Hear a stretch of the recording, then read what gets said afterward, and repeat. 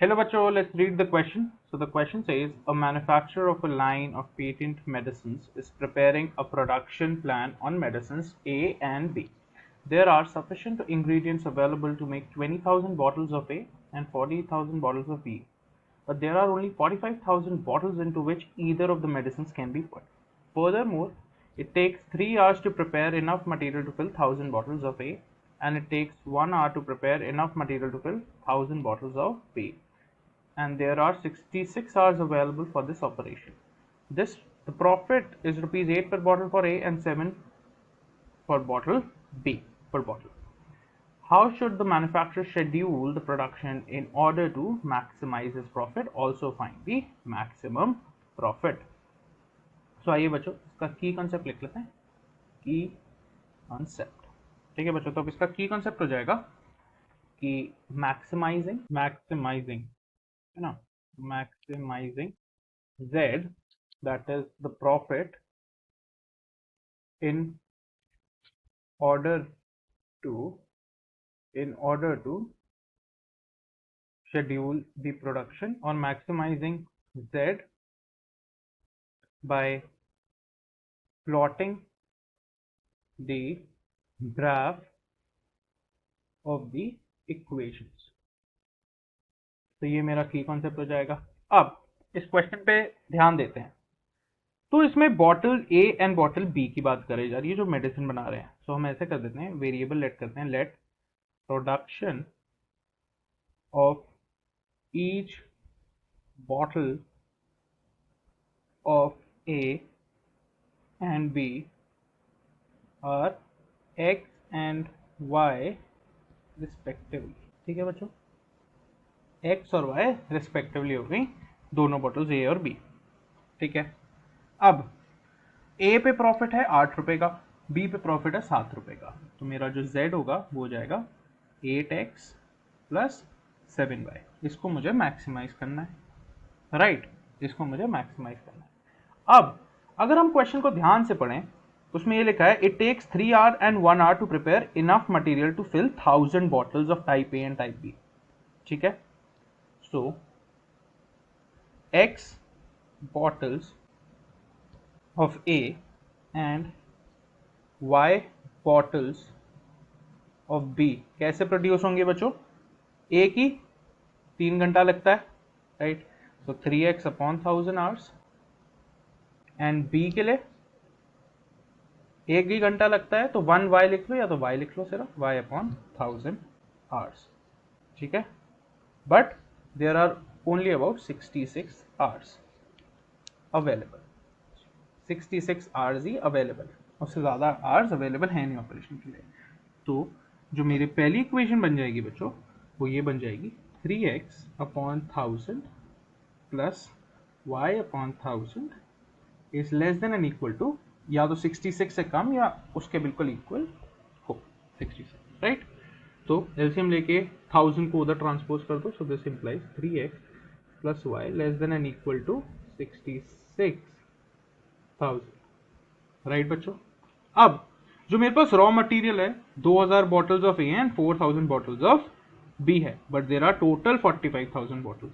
तो एक कंस्ट्रेंट मेरा ये बना, x less than and equal to 2000, sorry 20,000, y less than and equal to, B के लिए कितनी बॉटल्स है 40,000 पर दोनों बॉटल्स के लिए ऑपरेशन मिला के, मतलब दोनों बॉटल्स को फिल कितने में कर सकता हूँ, सिर्फ 45,000 बॉटल्स. तो x plus Y less than equal to 47,000, और x would be greater than or equal to 0 and y would be greater than or equal to 0. Obviously ये तो होगा ही होगा बच्चों. ठीक है, क्योंकि production of bottles can not be negative. यहाँ पे लिख देते हैं, production of bottles can not be और कांट बी नेगेटिव.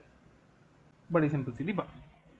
अब हमारे को सारी इक्वेशंस मिल गई हैं, हमने z भी डिफाइन कर दिया, तो बस ग्राफ प्लॉट करते हैं, फिर हमारा काम खत्म हो जाएगा. ठीक है. तो पहली इक्वेशन, इन इक्वेशन क्या है, 3x plus Y less than and equal to 66,000, right. Equation क्या बनी, 3x plus Y is equal to 66,000, right. तो put x is equal to 0, तो y कितना हो गया 66. फिर पुट y इक्वल 0, तो 3x इज इक्वल टू 66,000। तो दिस इंप्लाइज x क्या हो गया बच्चों, 22,000। परफेक्ट, ये हमने बना लिया पहली इक्वेशन के लिए। अब अगर मैं इसकी टेबल फॉर्म बना लूँ तो टेबल मेरी कैसे दिखेगी, x है y है, फिर जब x 0 रखा y 66,000, और जब y 0 रखा x 22,000। अब दूसरी इक्वेशन बिल्कुल सीधी है, x less than equal to 20,000 हम सीधा प्लॉट कर सकते हैं, y less than equal to 40,000 बिल्कुल सीधा प्लॉट कर सकते हैं। फिर आते हैं x plus Y less than and equal to 45,000 पे। तो इसकी इक्वेशन क्या हो जाएगी, x plus Y is equal to 45,000, right. तो पुट x इक्वल 0, तो y कितना हो जाएगा 45,000, एंड पुट y इक्वल 0, तो x कितना हो जाएगा 45,000। परफेक्ट। अब इसकी भी एक टैबुलर फॉर्म बना लीजिए, right. x and y, x 0 तो y 45,000, एंड y 0 तो x 45,000। ठीक है बच्चों, अब हमने ये काम कर लिया अपना, बाकी बिल्कुल स्ट्रेट फॉरवर्ड सिंपल चीजें हो रही हैं। अब हम इसका चेक फॉर 0,0 करते हैं, फिर एक रफ ग्राफ बना लेंगे। तो चेक फॉर 0,0। ठीक है बच्चों, पहली इक्वेशन क्या होगी चेक फॉर 0,0 पे, 3x plus Y less than and equal to 66,000। ठीक है, so put x equal to 0 and y equal 0। So 3 multiplied by 0 plus 0 क्या कम होता है 66,000 से, मतलब 0 क्या कम होता है 66,000 से, बिल्कुल होता है, दिस इज ट्रू। सो ये जो भी इसका रीजन होगा लाइन का, ये टुवर्ड्स दी ओरिजिन होगा बच्चों। फिर अगर मैं बात करूं दूसरी इक्वेशन की जो हमने निकाली x plus Y less than and equal to 45,000 की, so again put x equal 0 and y equal 0।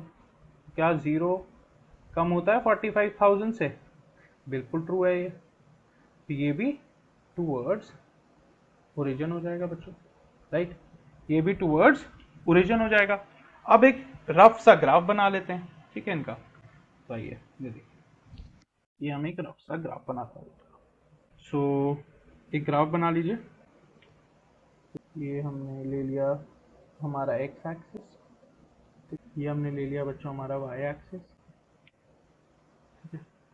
अब देखिए x x dash y y dash, right. तो अब बनाइए, ये हमें 10,000 मान लेते हैं, ये 20,000, ये 30,000 और ये 40,000। ठीक है, वैसे ही यहाँ पे हम कुछ अलग ले लेते हैं, यहाँ पे हमें 66,000 तक चाहिए, तो हम शुरू ही 20,000 से करते हैं, then goes to 40,000, then 6 and then 80,000। ठीक है बच्चों, यहाँ पे -20,000 या -10,000, राइट। यहाँ पे -10,000, फिर यहाँ पे -20,000, -40,000। हमें नेगेटिव में तो ज़्यादा वैल्यू चाहिए, ठीक है। तो अब यहाँ पे हम पुट करना शुरू कर देते हैं बच्चों। देखिए पहला टेबल x 0 तो y 66,000, x 0 ये 0 है, x 0 तो y 66 तो कहीं इधर आएगा, राइट। तो 0 ये हो जाएगी क्या 0,66,000। ठीक है, फिर दूसरा x 22,000 तो y 0, x 22,000 तो y 0, ये हो गया क्या x 22,000। ठीक है, अब इसको एक ज्वाइन कर दीजिए, सॉलिड लाइन इंडेफिनेटली हो जाएगी। सॉलिड लाइन क्यों, क्योंकि इक्वल टू का साइन है वहाँ पे, इसलिए सॉलिड लाइन यूज कर रहे हैं। ठीक है बच्चों, फिर दूसरे पे आइए, x 0 तो y 45,000, x 0 तो y 45,000 कहीं इधर होगा। ठीक है, ये हो गया 0,45,000, राइट। फिर आगे आइए, x 45,000 y 0, x 45 कहीं इधर होगा, x 45,000 y 0, ये हो गया 45,000, राइट। तो अब इन दोनों पॉइंट्स को indefinitely with a solid line join कर दीजिए। परफेक्ट, ठीक है, हमने ज्वाइन कर दिया बच्चों। अब स्टार्टिंग की इक्वेशंस पे आइए, हमने क्या ली थी, x less than and equal to 20,000। तो ये जो रीजन होगा बच्चों वो सारा राइट साइड ऑफ द 20,000 होगा। मतलब अगर मेरी लाइन कहीं इधर फॉल कर रही है तो इसका सारा रीजन आउटसाइड दिस 20,000 फॉल करेगा। ठीक है, परफेक्ट। ये हो गई मेरी x less than and equal to 20,000 की line, right. x less than and equal to 20,000, sorry less than and equal to है, right, less than and equal to है बच्चों। तो इसका रीजन उल्टा होगा, इधर को नहीं होगा, मेरा रीजन जो जाएगा वो जाएगा इधर को। ठीक है, less than and equal to है, राइट साइड पे नहीं लेफ्ट साइड पे जाएगा। फिर मेरी एक लाइन है, कौन सी है मेरी, इसके बाद है y less than and equal to 40,000। तो ये एक लाइन है, इसके नीचे का सारा region y less than and equal to 40,000 हो जाएगा। तो हो जाएगा y less than and equal to 40,000, perfect. ठीक है, अब और बाकी सारा region x greater than and y greater than 0, जो भी पॉजिटिव साइड का रीजन है, तो उसको हम मार्क नहीं कर रहे वरना बहुत ज्यादा हमें कंफ्यूजन क्रिएट हो जाएगा। तो देखिए कॉमन रीजन, ये सारे दोनों टूवर्ड्स दी ओरिजिन आ रहे हैं, राइट, ये दोनों टूवर्ड्स दी ओरिजिन आ रहे हैं। तो अब जो मेरा कॉमन रीजन बन के आया बच्चों, अगर मैं उसे हाईलाइट करना चाहूँ तो वो आ रहा है, एक तो ये यहाँ से, फिर ये यहाँ को डिप करेगा, और ये रीजन जो है बच्चों ये मेरा कॉमन रीजन कहलाएगा। ठीक है, अब इसके कॉर्नर पॉइंट्स देख लेते हैं कहाँ कहाँ ये मेरे मैच कर रहे हैं कॉर्नर पॉइंट्स। तो देखिए पहला तो एक किया 20,000, पे, ये भी है ना, तो इसको साफ साफ हम लिख लेते हैं यहाँ पे। तो देखिए कॉर्नर पॉइंट्स क्या क्या हो गए मेरे, बहुत ध्यान से लिखना है। पहला कॉर्नर पॉइंट क्या क्या हुआ, मान लीजिए ओ ले रहा हूँ 0,0, वो तो है ही। फिर मैं लेता हूँ बच्चों ए ले लेता हूँ विच इज 20,000, 0। फिर बच्चों मैं बी ले लेता हूँ विच इज 0,40,000। ठीक है बच्चों, फिर मैं ले लेता हूँ बच्चों सी विच इज 10,500, 34,500।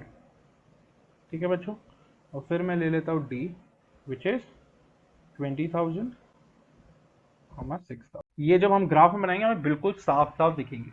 तो और मैंने z की वैल्यू क्या ली थी, मेरी z का जो आया था पैरामीटर वो आया था 8x प्लस 7। तो अब पुट करके देख लीजिए और देख लीजिए कहाँ मैक्सिमम प्रॉफिट मुझे मिल रहा है। सो सबसे पहले z एट 0,0 पुट करिए, तो z हो जाएगा क्या, ये तो 0 ही हो जाएगा इसके वजह से, राइट, इसके वजह से तो 0 ही हो जाएगा क्योंकि z की वैल्यू क्या थी 8x, तो दोनों जगह 0 पुट किया 0। फिर आ जाइए z एट 0,40,000 पुट कर दीजिए, तो z is equal to 8 multiplied by 0 plus 7 multiplied by 40,000। ये हो जाएगी बच्चों 28, 7 4 जा, फिर कितने 0, 1 2 3 4, ये हो गए 2,80,000। Now z at 10,500, 34,500। ये बच्चों कितना हो गया, ये हो गया 8 multiplied by 10,500 plus 7 multiplied by 34,500। तो यहाँ पे z की वैल्यू आती है बच्चों 32,550। सो ये 2,80,000 आया, ये 3,25,500 आया। फिर z एट 20,000, 6,000 कितना हो गया, this implies z is equal to 8 multiplied by 20,000 plus 7 multiplied by 6,000। तो बच्चों इसकी वैल्यू आ गई 1,88,000, परफेक्ट। फिर लास्ट z एट 20,000, 0। तो ये हो गई z equals 8 multiplied by 20,000 plus 7 multiplied bye 0। सो 8 2 जा 16, सो 1,60,000 ये हो गया। ठीक है, 1,60,000। अब देखिए मैक्सिमम वैल्यू क्या आ रही है, ये मेरी मैक्सिमम वैल्यू है। ठीक है, अभी मैंने फेयर ग्राफ का एक आपको ग्लिम्स दिखाया था, फेयर ग्राफ देख लेते हैं। सो ये मेरा बच्चों ग्राफ है जो हमने पीछे ग्राफ बनाया था उसी का ये फेयर ग्राफ हो गया, राइट। तो यहाँ पे अगर हमें कोऑर्डिनेट्स मार्क करने हो, मैंने छोड़ रखे हैं वो मार्क नहीं किए, वो आपके लिए ये रहे। तो ये है मेरा 0,0, राइट। दिस इज बच्चों 0,40,000, राइट। This is what 10,500, 34,500। तो ये यहाँ पे कर दीजिए, ये जो है मेरा 10,000, 10,500, 10,500, 34,500 जो मैक्सिमम पॉइंट आया है। फिर है बच्चों मेरा 20,000, 6,000, 20,000, 6,000, और फिर मेरा लास्ट पॉइंट है 20,000, 0। ठीक है, तो मैं यहाँ पे लिख सकता हूँ maximum value of z is at which point 10,500, 34,500, which is how much 3,25,500.